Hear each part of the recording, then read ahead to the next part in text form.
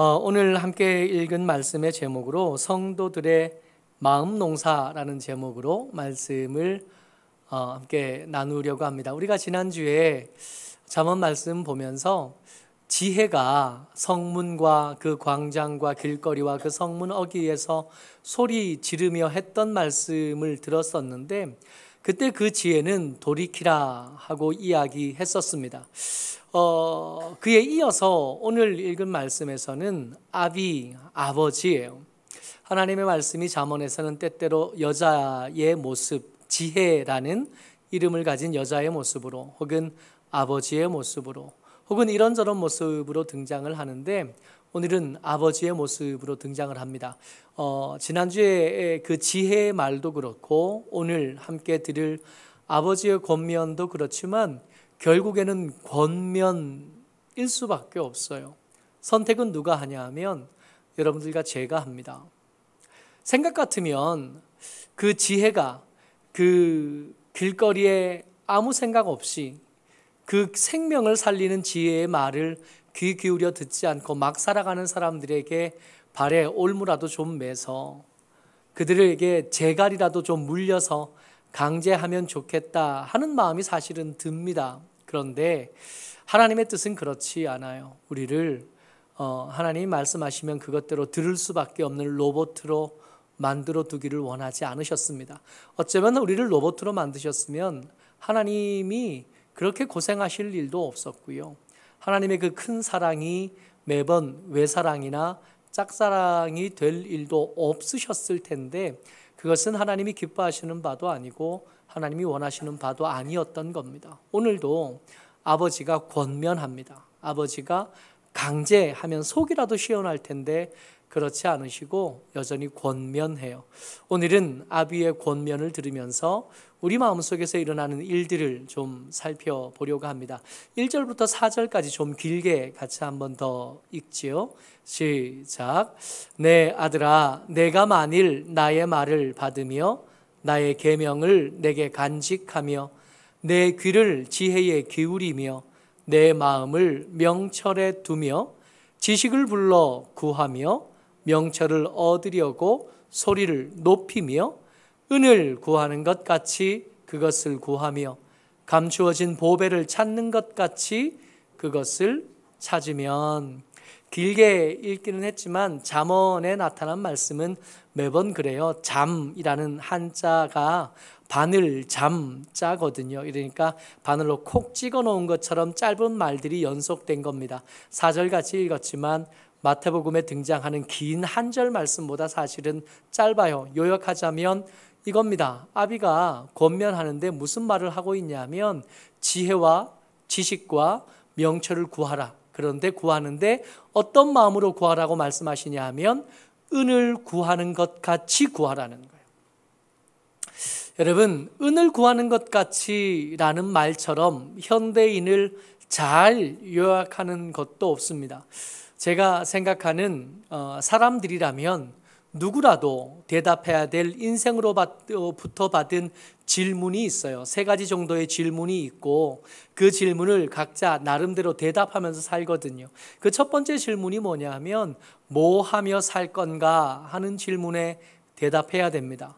요즘 우리 청년들, 우리 청소년들 매번 이 질문 때문에 참 고민이 많을 것 같아요. 뭐 하고 살까? 어떤 일을 하고 살아야 되는가? 그 질문들 때문에 고민하는 친구들도 있고 이미 그 질문한 것에 대한 대답으로 삶을 살아가고 있는 사람도 있고 그 잘못된 대답으로 후회하는 사람도 우리 가운데 얼마든지 있을 수 있습니다. 그런데 무엇을 하며 살까 하는 질문의 가장 중요한 핵심은 내가 어떤 사람인가를 그 질문의 대답을 통해서 드러내야 되고 내 삶의 가치를 그것으로 드러내야 되는데, 이렇게 크고 깊은 질문을 아주 단순하게 요즘 사람들은 대답하려고 합니다. 어떻게 해요? 무엇을 하고 살아야 은을 많이 얻을 수 있는가? 이 대답으로 이 크고 이 방대한 질문을 요약해서 한 가지로 대답하려는 거예요. 뭐 하고 살아야 되는가 대답하는데, 질문하는데 대답은 그거 하면 얼마나 받을 수 있나요? 라는 질문으로 바꿔 놓는 거죠. 두 번째 질문이 누구랑 살 건가예요. 어쩌면 무엇을 하고 살 건가 보다 누구랑 살 건가 하는 게 제 생각에는 훨씬 더 중요하거든요. 무엇을 하며 살 건가 하는 것은 대답이 중간에 가다가 잘못됐을 때 바꿀 수도 있는데, 누구랑 살 건가에 대한 대답을 잘못하게 되면 이게 바꾸는 것 자체가 죄가 되기 때문에 바꾸기도 쉽지 않아요. 그래서 이거 정말 중요한데, 인생을 통째로 좌지우지할 만한 너무 중요한 질문인데, 이 질문에 대한 대답을 어떻게 하냐 하면 그 사람이 가진 돈이 얼마나 있느냐 하는 것으로 대답을 대신해 버리는 거예요. 그러다 보니까 인생이라는 게 어그러지기 시작하는 겁니다. 그 사람이 가진 돈이, 그 사람이 가진 재물이 내가 가진 것과 걸맞는가 하는 것을 따져본 다음에 친구도 삼고 남편도 삼고 아내도 삼는 거예요. 그러다 보니까 삶이 어그러지는 거예요. 그리고 마지막 하나의 질문이 어디서 살 건가예요. 삶의 모양을 좌지우지하는 굉장히 중요한 질문일 겁니다. 젊을 때 살아야 되는 자리가 다를 거고 노년 때 살아야 되는 삶의 자리가 다를 수 있거든요. 이걸 심사숙고한 다음에 선택해야 되는데 이 질문도 하나로 뭉쳐버려요. 어디서 살아야 땅값이 오르겠나? 그러니까 너무 중요한 질문 세 가지를 대답을 한 가지로 뭉뚱그려 버립니다. 은을 구하는 욕심으로 그 대답을 다 대신해 버리는 거예요. 그러다 보니까 인생이 어그러지고 인생의 문제들이, 생각지도 못한 문제들이 많이 생겨나는 겁니다. 그런데 아비가 오늘 잠언의 말씀이 여러분들과 제게 말씀하시는 것이에요. 그러지 말고 은을 구하려는 그 노력만큼만, 딱 그만큼만 하면 돼. 딱 그만큼만 지혜를 얻으려고 좀 애써 봤으면 좋겠다. 물론 선택은 누가 해요? 아들들이 할 거고 딸들이 할 거고 오늘 말씀을 듣고 나누는 여러분들과 제가 할 겁니다만은, 아버지는 그 지혜가 성문에서 큰 소리를 목을 휘어가며 부르짖었던 것처럼 같은 심정으로 오늘 여러분들과 제게 말하고 계시는 겁니다. 은을 구하는 그 노력만큼만 더 하지는 않아도 되는데, 그것만큼만 지혜를 구하기 위해서, 지식을 구하기 위해서, 명철을 구하기 위해서 애썼으면 좋겠어. 그렇게 한다면 우리가 생각하지도 못하던 또 특별한 것을 얻게 될 거다 말씀하고 계십니다. 여러분, 말씀을 좀 자세히 들여다보면 지혜와 지식과 명철을 구하라 그래요. 무슨 뜻이냐 하면 내 마음속에 없다는 겁니다. 내 삶의 주변에 이거 흔히 찾을 수 없는 거예요.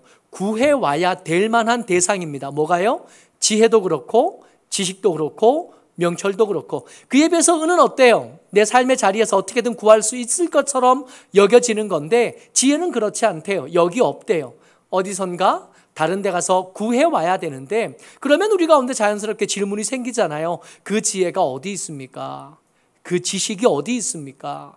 그 명철이 어디 있습니까? 어디 가야 그것을 구할 수 있겠습니까? 어떻게 해야 어그러진 은을 구하느냐고 어그러진 우리 인생을 바꿀 수 있겠습니까? 지혜가 어디 있나요? 지식과 명철이 어디 있습니까? 하는 질문에 이 아비는 얼마든지 말해줄 용의가 있습니다. 2장 6절 말씀이요. 같이 읽습니다. 시작. 대저 여호와는 지혜를 주시며 지식과 명철을 그 입에서 내심이며. 어디 있다고요? 여호와의 입에 있는. 다시 한번요. 아버지가 은을 구하느냐고 인생이 어그러지는데도 모르고 분주하게만 살아가는 그 아들과 딸들에게, 여러분들과 제게 권면한 겁니다. 권한 거예요. 그거 구하지 말고 그것으로 네 삶이 자꾸 어그러지고 있으니까 거기에 계속 매달려 살지 말고 그 은을 구하는 노력만큼 지혜를 구했으면 좋겠고, 지식을 구했으면 좋겠고, 명철을 구했으면 좋겠는데, 그 지혜와 지식과 명철이 어디 있냐 하면 여호와의 입에 있다는 거예요. 그러니까 여호와께 찾아가면 그 지식을 찾을 수 있겠고 지혜와 명철을 찾을 수 있겠다고 말씀하신 겁니다. 그런데 여러분, 한번 여기서 우리가 기억해야 될 거 있어요. 여러분, 우리가 하나님을 찾아가서 하나님께 지혜를 얻는다고 해도 우리의 삶이 모든 것이 다 해결될 건가? 근데 그렇게 긍정적인 대답을 못 하겠어요. 한번 보자고요. 우리 믿음의 선배들 한번 이야기해 봅시다. 우리보다 앞선 길을 가셨던 분들, 우리의 믿음의 선배들, 우리의 믿음의 선배들 한번 생각해 볼 때 그들이 여호와를 찾아가서 그를 만나 지혜도 얻어받고 지식도 얻고 명철을 얻었는데, 그러면 지혜와 지식과 명철이 있으니까 그들의 길에 걸림이 없어야 되고 넘어짐이 없어야 되고 실패함이 없어야 될 텐데 들여다본 거예요. 우리 믿음의 선배들의 실수가 성경에 너무 많이 기록되어져 있는, 심지어 예수님과 함께 먹고 자고 함께 여행하던 제자들조차도 가장 결정적일 때 예수님을 버리는 것까지 우리가 봤다는 겁니다. 하나님을 찾아가서 지혜를 얻으면 삶이 달라질 수 있습니다. 하나, 우리가 하나님께 얻어 가질 수 있는 지혜의 분량이 그렇게 크지는 않을 수도 있습니다. 우리가 하나님을 찾아가서 지식을 얻으면 삶을 바꿀 수 있어요. 그러나 그렇게 얻어온 지식이 생각보다 그렇게 크지 않을 가능성이 우리 가운데 굉장히 많아요. 하나님의 지혜의 문제가 있는 게 아니라 우리의 그릇의 문제가 있어요. 하나님의 지혜, 지식, 명철을 우리가 충분히 담아둘 만큼 충분히 크지 못해요. 그러다 보니까 그 담아둔 것으로 제대로 살아갈 수 없는 거죠. 아버지가 이걸 모르는 게 아닙니다. 아버지가 은을 구하는 노력만큼만 이 지혜를 구하라고 말할 때는 두 번째, 사실은 이 첫 번째보다 더 중요한 두 번째 목적이 있었던 거예요. 5절 말씀입니다. 같이 읽어요. 시작. 여호와 경외하기를 깨달으며 하나님을 알게 되리니. 아버지가 진짜 원했던 거, 은을 구하는 노력으로 지식을 구하고 지혜를 구하면서 얻게 될 부수적인 거라고 말하지만 훨씬 더 이 얻으려고 했던 지혜보다 훨씬 더 크고 훨씬 더 유용하고 훨씬 더 중요한 거. 여러분, 이 지혜와 지식과 명철이 우리 가운데 없다 그랬잖아요. 우리 주변에 없다 그랬잖아요. 이거 찾으려면 어디로 가야 된다고요? 여호와께 찾아가야 된다고요. 근데 여호와께 왔는데 뭐 하러 왔냐 하면 지식을 찾으러 왔고 지혜를 찾으러 온 겁니다. 근데 지혜를 찾으러, 지식을 찾으러 여호와를 만나고 보니까 하나님이, 그 찾으러 온 하나님이 너무 크신 거예요. 그 앞에 섰는데 감히 올려다 볼 수 없을 만큼 그의 영광이 크시고, 내가 여기까지 찾아올 때 그 길을 잘못 들고 다리를 절고 힘들어하고 넘어지려 하는 그 순간마다 나와 함께 하셨던 하나님의 그 사랑하심을 그 앞에서 와서 보니까 너무 감격스러운, 지식을 찾으러 왔는데 지식보다 하나님 앞에 서고 보니까 하나님의 그 사랑의 크심, 그 영광의 크심, 그 능력의 크심 앞에 압도되기 시작하면서 엉뚱한 마음이 그 속에 새롭게 싹트기 시작합니다. 그게 뭐냐 하면 여호와 경외하기. 그동안 밖에 살면서, 은을 구하며 살면서 하나님의 말씀을 우습게 알던 게 부끄러워지기 시작하는, 은을 구하며 살면서 내 너무 중요한 나를 함부로 굴렸던 것이 부끄러워지기 시작하고 얼마나 잘못되었는지 알게 되는 거예요. 그 앞에 와서 지식은 사실은 조금밖에 못 담았는데 지식 대신 뭘 담아왔냐 하면 하나님이 어떤 분이신지 알게 되고 나니까 여호와를 경외할 수밖에 없게 되어져. 여호와의 크신 그 사랑 앞에 서니까 그동안 내가 너무 중요하게 생각했던 것들이 사실은 별로 중요하지 않은 거라는 걸 그 앞에 와서 알게 된 거예요. 그래서 아버지의 진짜 목적은 뭐냐 하면 그 작은 머리에다가 지식을 얼마나 많이 담을 수 있겠다, 이것이 목적이었던 게 아니라 지식을 구하러 하나님 찾아왔다가 하나님을 알게 되고 여호와 경외하기를 배우게 되기를 아버지가 원했던 거예요. 은을 구하면서 어그러졌던 삶을 반듯하게 하는 건 지식이 아닙니다. 은을 구하면서 살았던 우리의 어그러진 삶을 반듯하게 펴는 것은 우리 알량한 머릿속에 담을 수 있는 지혜와 지식과 명철이 아니에요. 그것들로는 우리를 바꿀 수 없습니다.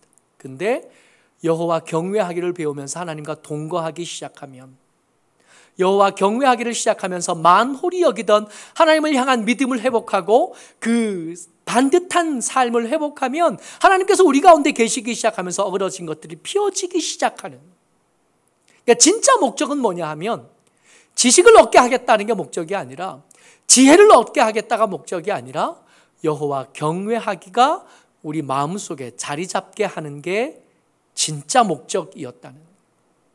그래서 잠언을 우리가 계속 한동안 읽어갈 텐데, 이 잠언 읽어가는 동안에 모쪼록 저와 여러분들 마음속에 은을 구하는 욕심, 그리고 세상에서 이런저런 것들을 구하는 그것들보다 여호와 경외하기가 우리 마음속에 단단하게 뿌리가 내리게 되시기를 주의 이름으로 축복합니다.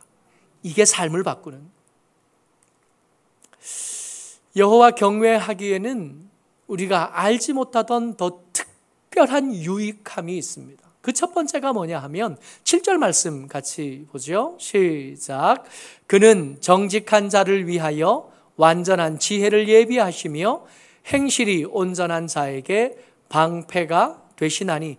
복잡한 거 빼고요, 여호와 경외하는 자가 얻게 되는 첫 번째 유익 뭐냐 하면 방패가 되어 주시며. 여러분, 하나님이 방패가 되시는 겁니다. 방패가 아무리 튼튼하고 단단해도 공격하는 사람들의 준비한 창도 똑같은 속도로 날카로워질 거고, 똑같은 속도로 더 치명적이게 발달되어질 거거든요. 엎치락 뒤치락 하면서 한 번은 막았어도 다음에 또 맞겠다 장담할 수 없게 될 건데, 하나님은 그렇지 않으실 거거든요.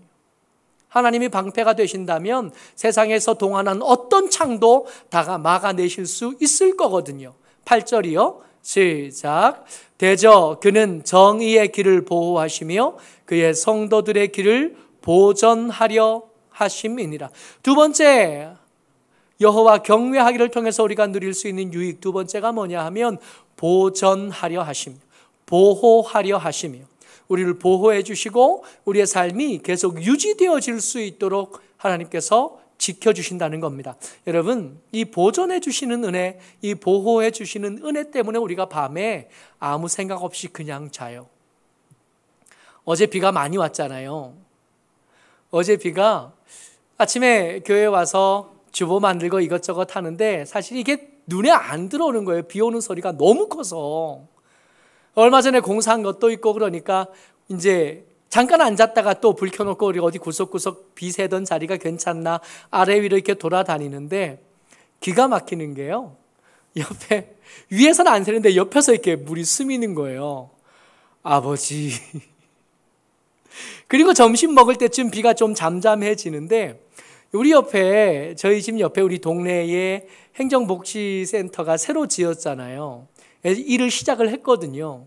일을 시작하면서 거기에 왜 평소에는 한 번도 쓰지 않는 이 행정복지센터는 항상 그 위에 큰 스피커들이 달려 있어요. 이게 유사시에 여기서 이제 소식을 알려줘야 되는데 그것을 위해서 있나 봐요. 어제 점심 먹는데, 늦은 점심을 먹는데 갑자기 막 사이렌 소리가 크게 울리는데, 야, 진짜 소리 크더만요. 온 동네가 쩌렁쩌렁 울려요. 들으셨죠? 안 들으셨어요? 우리 동네 사람 다 들었을 텐데. 화재가 발생했습니다. 주민들은 대피하시기 바랍니다. 그 비가 오는데 화재가 발생했습니다. 끝 한 30분 넘게 했던 것 같아요. 한 30분 넘게 계속 사이렌 소리 들리고 화재가 발생했습니다. 주민들은 대피하여 주시기 바랍니다. 화재가 발생했을 때 계속 하는 거예요. 비가 억수같이 오고 있었거든요. 아니, 뭔 소리야 이게. 우리 동네로 이사 와서 얼마 전에 우리 동네 주민이 된 주엽이 형제 엄마가 난리가 나신 거예요. 뭔 소리인지 잘 알아듣지 못하겠고 사이렌 소리는 밖에서 계속 들리고 뭔 소리냐, 불났답니다. 비가 그렇게 오는데. 여러분들, 그 소리만 들려도 불이 났을 리가 없다는 걸 알아도 불안한 거예요. 사이렌 소리만 들려도 그래요. 믿음이 없는데도 편안하게 잠드는 사람은 진짜 용감한 사람인 거 아니에요? 아침에 일어날지 못 일어날지 어떻게 알아요? 하나님의 보호하심, 하나님의 보전하심을 모른다면 여러분 하루라도 살까요? 갑자기 상황이 바뀌고 갑자기 이야기가 바뀌고 갑자기 형편이 바뀌는 걸 우리가 한두 번 경험하나요? 하나님 말씀하십니다. 여호와 경외하기에는 유익이 있는데 거기에는 보호가 있고 보전하여 주심이, 애초에 하나님은 이것 때문에 우리를 부르신 겁니다. 세 번째예요. 10절 말씀입니다. 같이요. 시작. 곧 지혜가 내 마음에 들어가며 지식이 내 영혼을 즐겁게 할 것이요. 첫 번째가 방패였다면 두 번째가 보호하심과 보전하시며 세 번째가 즐거움입니다. 여호와 경외하는 자들이 누리는 유익이에요. 가만히 한번 생각해 보자고요. 우리가 은을 그렇게 구하려고 애쓰는 이유가 뭐지요? 그 은 먹나요, 우리가? 우리가 그 은을 입습니까? 이렇게 얘기하면서 이게 준비하면서 좀 불안했던 게, 어떤 부자는 은으로 옷에 입을까 하는 생각이 들어서, 우리는 안 해 입으니까. 여러분, 은 먹어요? 은 옷에 입습니까? 돈이 많으면 그 돈 먹어요? 그 돈 앞에 놓고 있으면 배부르고 그 돈 앞에 있으면 즐겁고 보장이 돼요? 그게 아니라 그 은을 구한 뒤에 그 은으로 그 보호를 사고 싶고, 그 은으로 옷을 사고 싶고, 그 은으로 집을 사고 싶고, 그 은으로 즐거움을 사고 싶고, 그 은으로 평안함을 사고 싶고, 그 은으로 안정함을 사고 싶고 그랬던 거잖아요. 그래서 그렇게 은을 구하고 싶었던 건데, 여러분 어때요? 구하려고 애써 보니까 쉽게 구해지던가요? 이 은이라는 게 구해질 듯 하면서 안 구해지지 않던가요? 그렇게 간절히 원했는데도 못 구하던 거예요.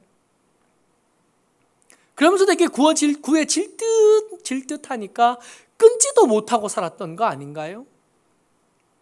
근데 정작 얻는다고 해도, 부자들의 이야기를 가끔씩 듣지만 그 부자들이 진짜 즐겁게 살던가요? 그 부자들이 안전하고 안정되고 보호를 얻으며 살던가요? 속아왔던 겁니다. 게다가 더 기가 막힌 것은 하나님께 찾아가서, 지혜를 얻으려고 하나님께 찾아가서 그렇게 엉겁결에 여호와 경외하기를 배워야 되는 우리, 또 그렇게 지혜를 구하려고 찾아온 그 사람들에게 여호와 경외하기를 가르치고 싶어 하셨던 그 하나님을 방해하는 함정들과 장애물이 있다고 성경은 말씀해 주십니다. 아버지가 지혜를 찾으러 가려는 우리에게, 은을 구하려는 노력으로 지혜를 얻으려는 우리에게 미리 말씀해 주시는 거예요. 함정이 있대요. 12절 말씀 같이 읽습니다. 시작. 악한 자의 길과 패역을 말하는 자에게서 건져내리라. 여기서 우리가 두 사람을 발견하는데, 또 첫 번째 사람은 악한 자이고요, 두 번째는 패역을 말하는 자입니다. 계속해서요, 16절에 또 다른 자가 등장하는데 같이 읽습니다. 시작. 지혜가 또 너를 음녀에게서, 말로 호리는 이방 계집에게서 구원하리니. 함정이 있다 그러면서 네 종류의 사람을 말씀하시는데, 첫 번째가 악을 행하는 자, 두 번째가 패역을 말하는 자, 세 번째가 음녀와 이방 계집, 네 번째 이방 계집까지를 말합니다. 근데 이 네 종류의 사람에게는 새로운 이름 한 가지가 있어요. 우리에게 미리 미처 알려주지 않았던, 어쩌면 저들이 자기들의 정체를 숨기기 위해서 가려두려고 했던 진짜 이름은 따로 있었던 겁니다. 그 진짜 이름이 뭐냐 하면 약속을 잊은 자들이에요. 말씀 같이 읽습니다. 17절이요. 시작. 그는 젊은 시절의 짝을 버리며 그의 하나님의 언약을 잊어버린 자라.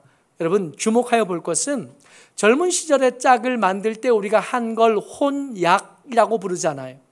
결혼 약속인 거예요. 그리고 하나님과 나누었던 언약이요. 이 사람들의 특징, 이 함정들의 특징이 뭐냐 하면 약속을 잊어버린 사람들입니다. 이 사람들이 하던 얘기가 뭐냐면, 은을 구하면 행복해질 거라고, 은을 얻으면 너희들이 안전해질 거고 보호를 받을 거고 오늘처럼 내일도 행복할 수 있을 거라고 말했다는 겁니다. 근데 이들의 또 다른 이름이 뭐라고요? 약속을 잊어버린 자들이라는 거예요. 속아왔다고요. 저들은 약속을 지키는 것들이 아닙니다. 저들의 또 다른 이름은 약속을 잊어버린 자들, 약속을 먹어버린 자들이에요. 저들의 말을 믿고 인생을 걸었던 거죠. 은을 구하면 해결할 수 있을 거라고. 뭐 하고 살아야 됩니까? 은 많이 구하고 살면 되지. 누구하고 살아야 됩니까? 돈 많이 주는 사람하고 살면 되지. 어디서 살아야 됩니까? 땅값 오르는 데 가서 살면 되지. 그렇게 은을 구하면서 어그러진 삶을 살던 우리는 그 철석 같은 약속, 그 약속을 했던 사람의 명함에 작은 글씨로 써 있었던 거예요. 우리는 약속을 먹는 자들입니다. 우리는 약속을 잊어버리는 자들입니다. 그거 믿고 인생을 거기다 걸었던 겁니다. 여러분들, 이 약속을 잊어버린 자들의 길에 두 가지 숨겨진 이름이 또 있어요. 첫 번째가 미끄럼틀입니다. 이들의 삶의 길에는 특징이 있는데 그 첫 번째가 뭐냐 하면 18절 말씀이요. 같이 읽죠. 시작. 그의 집은 사망으로 그의 길은 스올로 기울어졌나니. 그 약속을 잊어버린 자들의 집이 그냥 평평한 거 아니에요. 이렇게 기울어져 있는데 그 기울어진 것을 따라 이렇게 흘러가다 정신없이 살면서 그 기울어진 것을 따라 흘러가다 보면 어디 도착한다고요? 사망과 스올에 도착한다고요. 여러분, 미끄럼틀 위에 한 발 올려놓고 미끄러진 데다가 한 발 올리고 그 위에 한 발 올리고 우리가 사는 거라고요. 자칫 잘못해서 이렇게 무게중심을 미끄럼틀 위에 둔 발에다 옮기면 쫄떡 미끄러서 내려가는 것. 그저 거짓말에 속았네. 에이, 다시 시작하면 되지. 그렇지 않다고요. 그 집은 또 다른 특징 하나가 일방통행이에요. 가기는 하는데 돌아오기가 힘들어요. 19절 말씀 같이 읽습니다. 시작. 누구든지 그에게로 가는 자는 돌아오지 못하며 또 생명길을 얻지 못하느니라. 한번 그 길에 들어서고 나면 돌아설 때 아버지는 말하는 게 그 길 갔다가 돌아온 사람이 없었다라고 말씀하고 계시는. 혹시 고민하고 계신다면 여러분 기억하셔야 돼요. 한번 갔다가 돌아오겠니? 내가 가서 맛만 보고 오겠다. 못 온다고요. 거기 한번 물들고 나면 큰 사고가 나지 않는 한 돌아오지 않아요. 돌아오고 싶은 생각도 들지 않습니다. 오늘 설교의 제목이 마음 농사라 그랬어요. 왜 농사라고 했냐 하면 마음속에 은을 향한 욕심은요, 우리가 씨를 뿌리지 않아도 그냥 자라요. 마음속에 그냥 거기 있어요. 그러니까 아무 생각 없이 나는 아무것도 한 게 없습니다. 그러면 그 마음에 이미 은을 향한 탐욕들이 가득해 있는 상태라는 거예요.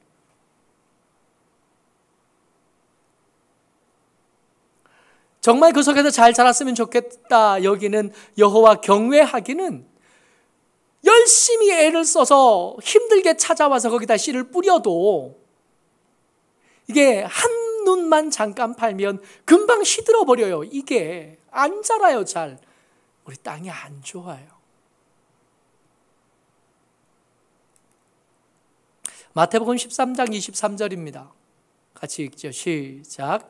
좋은 땅에 뿌리웠다는 것은 말씀을 듣고 깨닫는 자니 결실하여 혹 100배, 혹 60배, 혹 30배가 되느니라. 씨 뿌리는 자의 비유의 제일 마지막 이야기인데 여러분, 이 씨 뿌리는 자가 어디 거쳐왔는지 기억하세요? 길가 거쳐왔고요, 돌짝밭 거쳐왔고 가시떨기밭 거쳐왔습니다. 그러니까 한 번에 된 게 아니라고요. 이 30배, 60배, 100배의 결실이 한 번에 맺는 게 아니라 길가밭의 실패를 경험하고도 포기하지 않았고, 돌짝밭의 실패를 경험하고도 포기하지 않았고, 그리고 가시떨기밭의 실패를 겪어도 포기하지 않고 계속 뿌렸더니 그 남은 것 가지고도 100배를 얻었다 말씀하고 계시는 거예요. 여러분, 논의 벼는 농부들의 발걸음 소리를 듣고 자란다면서요. 우리 마음에 여호와 경외하기를 키우고 싶은데 이거 키우려면 자주 거기 찾아가 봐야 된다고요.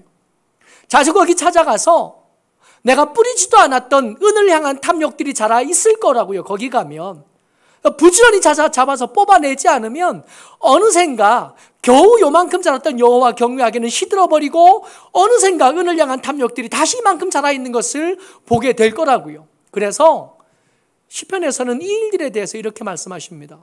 126편 5절 말씀이요. 같이요. 시작. 눈물을 흘리며 씨를 뿌리는 자는 기쁨으로 거두리로다. 우리가 기쁨으로 거두는 것만 자꾸 생각하는데 그렇지 않아요. 눈물을 흘리며 뿌린 거예요. 왜요? 뿌리지 않은 탐욕이 계속 너무 빨리 자라는, 뿌렸던 여호와 경외하기는 계속 모자라게 자라는 것처럼 여겨지고 뿌려도 열매가 없는 것처럼 여겨졌던 겁니다. 그래서 나가 볼 때마다 실망이 되고 나가 볼 때마다 마음이 물러가기 시작합니다. 그 물러가는 마음, 실망한 마음을 부여잡고 안 되니까 울고 실망해서 억울해서 울면서 계속 뿌린 거예요. 그 뿌린 사람만 기쁨으로 거둔 겁니다. 여러분들과 제 마음이 밭이라고요. 그냥 두면 은을 향한 욕심으로 가득 차는 못된 밭이라고요. 이 못된 밭을 그냥 며칠이라도 방치해 두면 어느샌가 그 전에 노력한 것으로 겨우 요만큼 키워나왔던 여호와 경외하기는 어느새 시들어서 고개를 축 수그리고 있을 거예요. 그 옆에 겨우 키워난 여호와 경외하기보다 더 웃자란 은을 향한 욕심이 거기 가득할 거거든요. 모쪼록 저와 여러분들이 우리 마음 농사에 성공해서 100배나 거두는 하나님의 사람들 되시기를 주의 이름으로 축복합니다. 게으르지 말고요.